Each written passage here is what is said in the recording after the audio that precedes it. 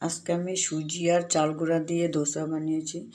আর এখানে এখন ধোসার জন্য বাদাম আর নারকেল পেস্ট বানাবো। আর এই যে এক টুকরা কাঁচা লঙ্কা আর একটু আদা দিব। ধোসার জন্য মুগফলির চাটনি রেডি। এখন আমি এটাকে তড়কা লাগাবো। তাওয়াটা বসিয়ে দিয়েছি।